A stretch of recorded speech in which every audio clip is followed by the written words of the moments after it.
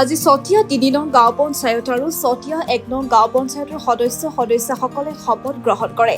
চতিয়া ৩ নং গাঁও পঞ্চায়তৰ দ্বিতীয়বাৰৰ বাবে সভাপতি হিচাপে শপত গ্ৰহণ কৰে উদয় শংকৰ শইকীয়াই।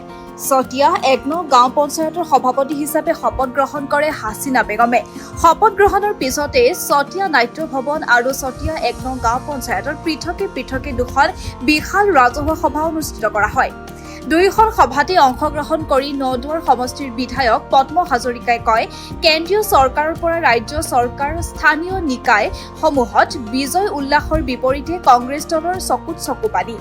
কংগ্ৰেছৰ ক্ষমতাত থাকোঁতে মাত্ৰ চাৰিওফালে অন্ধকাৰ মানুহৰ কান্দোনৰ ৰোল, কিন্তু এতিয়া সেই পৰিৱেশ নাই। কংগ্ৰেছৰ দিনত AK-47ৰ গুলীত শব্দত ৰাতি পুৱাইছিল, এতিয়া চৰাইৰ মাতত ৰাতিপুৱাই।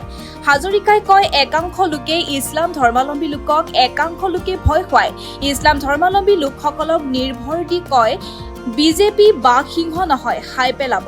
আমি মুছলমান ৰাইজক নিৰাপত্তা দি মাত্ৰ ৭১ চনৰ পাছত অহা কোনো বিদেশী লোকক প্ৰশ্ৰয় নিদিওঁ, সেইটো নিশ্চিত।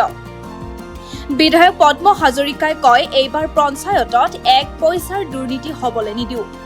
আজি শপত গ্ৰহণ অনুষ্ঠানটো এই অঞ্চলৰ কাৰণে আজি এটা ঐতিহাসিক দিন। এনেকেতো শপত গ্ৰহণ কেতিয়াও হোৱা নাই।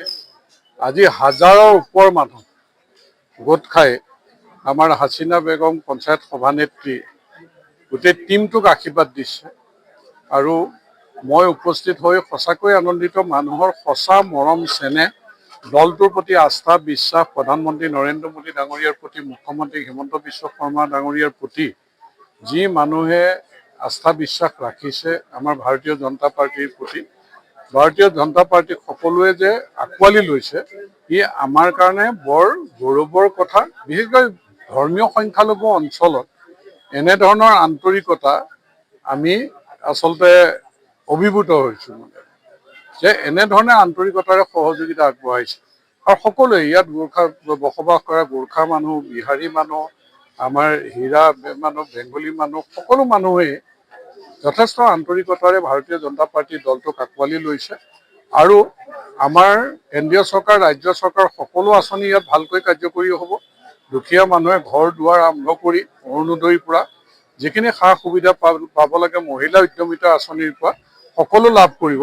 এতিয়া পঞ্চায়তৰ জৰিয়তে, স্থানীয় চৰকাৰৰ জৰিয়তে এই অঞ্চলৰ সৰ্বাংগীন উন্নয়নৰ কাৰণে মই বিধায়ক হিচাপে যিখিনি কাম কৰিব লাগে কৰি যাম।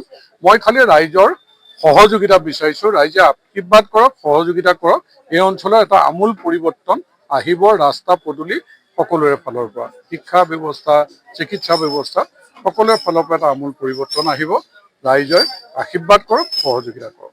ক'ব বিচাৰিছোঁ যে এইটো এটা পিছপৰা পঞ্চায়ত।